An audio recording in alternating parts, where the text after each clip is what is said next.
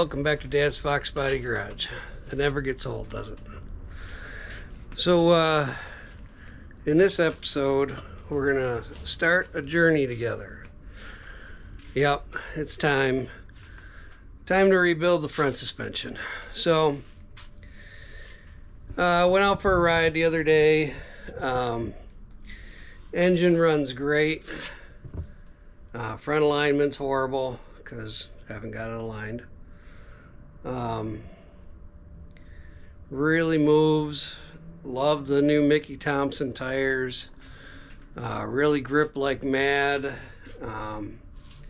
First gear is still useless, but second gear, you know, really makes fun blower noises and all that good stuff now. So, but these big tires are rubbing on stuff.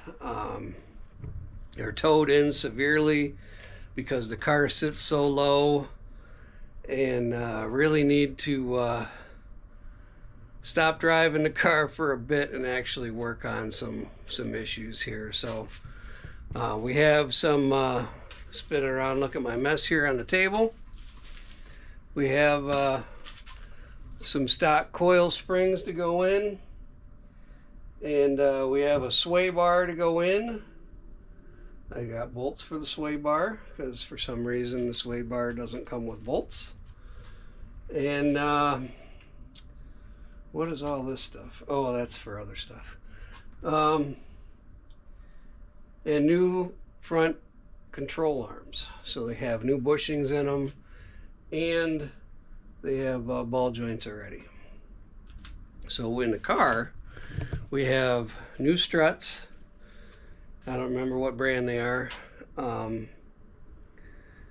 New brakes, new rotors, new brakes. I got new brake lines, new brake calipers, new brake rotors. So all that's new. So I'm planning on, I had to drive up on some wood if anyone was asking, to get a jack under the car. And get this thing up in the air. I'm going to pop the tires off. Well, first I'm going to check to see if I can get the mower in and out, because it is spring here in Michigan now. This is the season that we spend sick amounts of money repairing the yard from the two idiot dogs that I have that just tear the yard up all winter long. So anyway, so got to make sure I can get the mower out and do mower things, because she may be down for a few weeks, but that's okay. It's a much needed upgrade, and I want to get the front end aligned and really start enjoying driving. But carb's getting closer. You know, I've been tweaking with the carb. Still needs to get fattened up a little bit on the primary, and I'll probably take some out of the secondary, because secondary is getting a little fat. I know you're supposed to dial the primaries in first, but yeah, I'm gonna mess with the secondaries because I know they're already too rich. But it's coming along. There's a lot to do on it still, you know, with you know, playing around with the squirters and all that good stuff to really hone it in. But as far as drivability, it drives real nice. Power valve does power valve things, which is really important, and you know, always a touchy subject, or questionable on how you hook them up with a root style blower, but it's working out really nice. I really like that carburetor. A lot easier to adjust than the old Holly, the Franken Holly that I created. I mean, we had it dialed in pretty good, but this one just has, you know, adjustable air bleeds and all that stuff. So nothing against the Holly carb. So nothing too exciting right now. I'm not going to video popping this up on jack stands and yanking tires and all that. I will pick up the camera once we start doing stuff, taking things apart, showing you what's going on, if I run into any problems and such like that. But here we go, guys, the dreaded front end. Alright, so car's up, tires are off, and this is what I'm thinking here. So Like I said, all this is new. Really don't want to take this apart. But I'm thinking if I pop out ball joint with a jack underneath the control arm, I may be able to just crank that control arm out of the way. At least that's my thought. And then zip the two bolts out of the back, put the new control arm in with the new spring. Oh, I gotta find that little tool. There it is. You got the little Maximum Motorsports clip to help put in the springs. And hopefully it'll go back together that way. So, wish me luck. Alright guys, well, I'm not gonna lie, that was a lot more work than I thought. Give you a quick idea what I'm talking about. So when I disconnected the ball joint at the lower control arm, it took a lot of muscle with the old pickle fork there to free that up. But then I couldn't drop it because it was interfering with the back of the rotor. So I could have either taken apart the strut, tipped everything forward, and maybe had enough clearance, or I could just pull the rotor. So I chose to pull the rotor. So once I pulled the rotor, the coil spring came right out, and I could spin the control arm down and get access to the bolts that go in there. But I'll tell you what, those bolts were tight. I don't know what the torque is on those, but it was about everything I could do to get those things loose with what is that, 2 foot, probably a 2 foot breaker bar.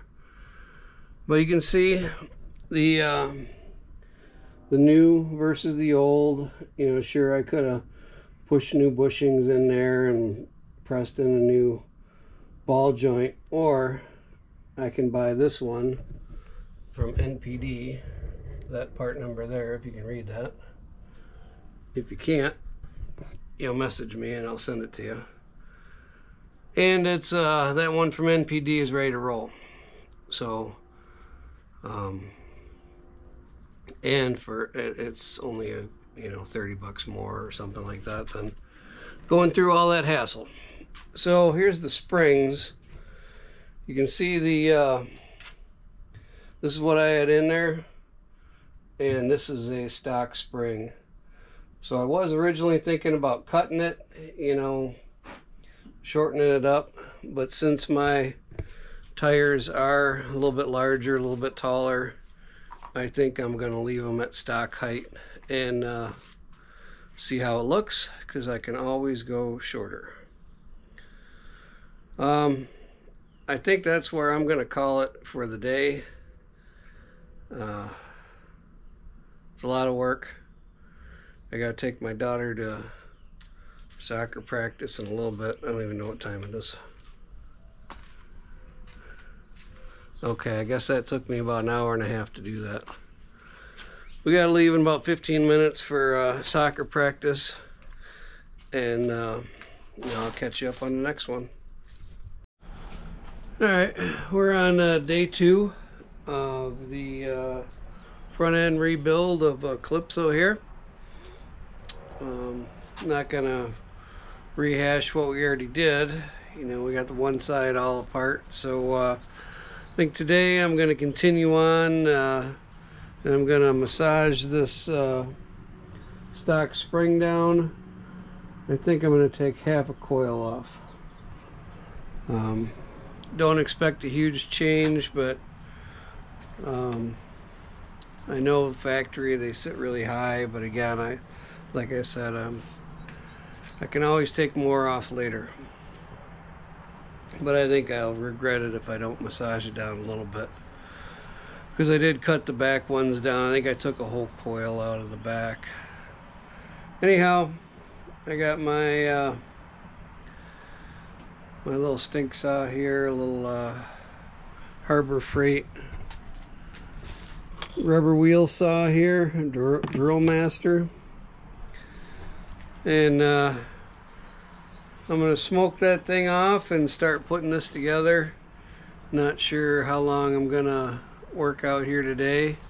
As you can see behind me, it's a typical rainy day here in Michigan. Been raining pretty much all day.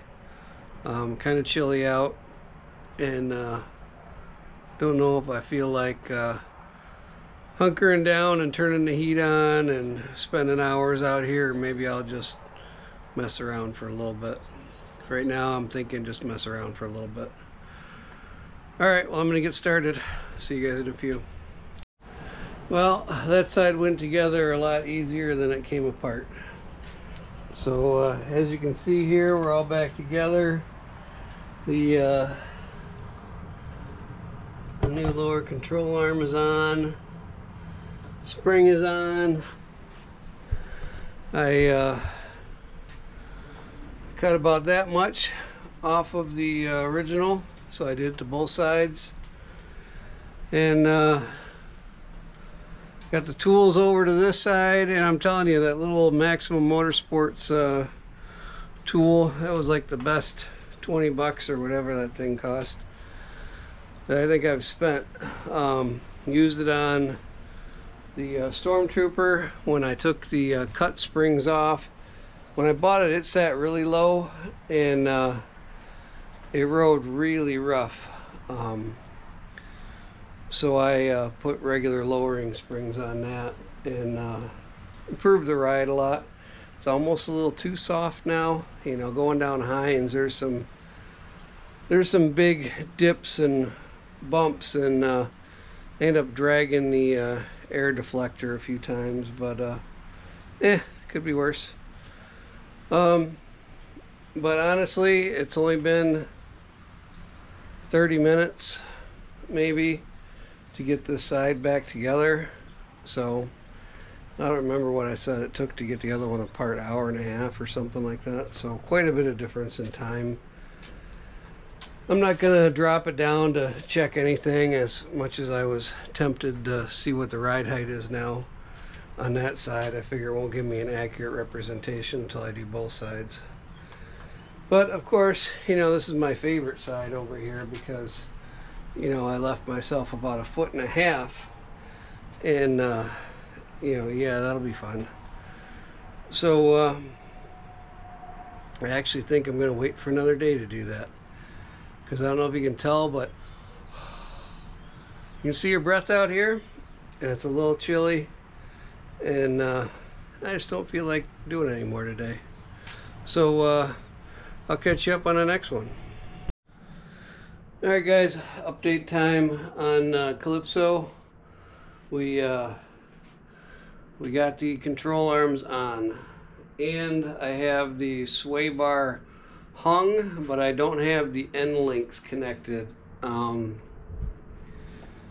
When I had it up on safety stands, I couldn't connect the top and the bottom on these things. I think the suspension has to be compressed, so I figured I got to get this up on ramps to tighten the control arms. The bolts are just in right now, but you know how you're supposed to tighten those down, crank them down to, you know, 1,000,000 foot-pounds or whatever, when they're at like rest position, I guess, so you don't twist up the rubber and all that. Makes sense. But let's take a quick look at the ride height here. It's okay. I'm hoping it settles a little bit, but as you can see, the front end sits a lot higher than it did. You know, it used to bury those tires up in there, and I mean, honestly, it'll probably drive a lot better, you know, without rubbing on the thing. And I don't know. I just think it'll be fine for what it is.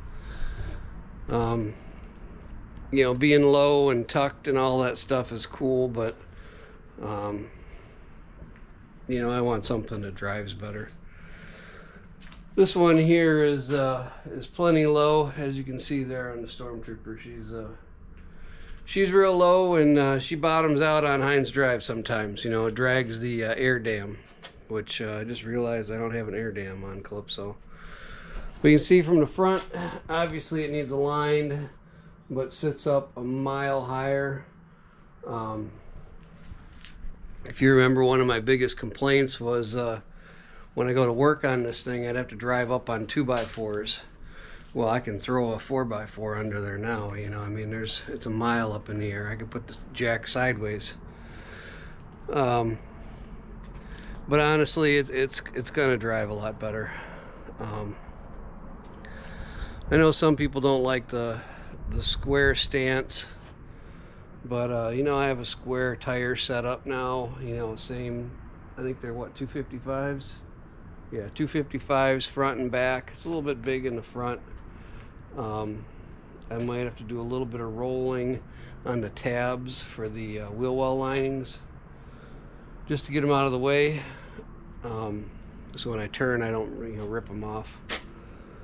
Because I do remember when we took it down Hines, when I turned right onto Hines, you know, there was definitely something rubbing. But that was before I raised it, so maybe it's different now. So that's it for right now. I am filthy dirty. I got a huge mess out here. I just swept up a little bit. And I'm not putting anything away. I'm going in and shower, and it's like 7:30 at night on a Thursday night.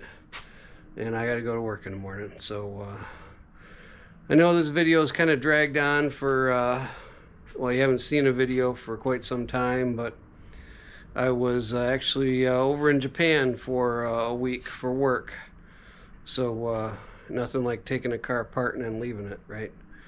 Trying to figure out what you're doing when you come back. But really awesome adventure. You know, it wasn't all work. We did do a little bit of sightseeing and see if I can put a couple clips up here. Tokyo was beautiful at night. We did a riverboat cruise, like you know, like, what do you call that when we rented out the whole thing like a charter, and they make dinner right on the boat. And you know, they must have a deep fryer up front because they were making prawns and shrimp and all that kind of stuff up front. But it was absolutely fantastic, and probably my favorite part of the whole trip. So we're gonna keep updating this video until we're all done and you can see the final product, instead of, you know, breaking it up into a bunch of mini series. You know, we're just gonna keep adding to this one. So thanks for watching, and we'll see you in a little bit.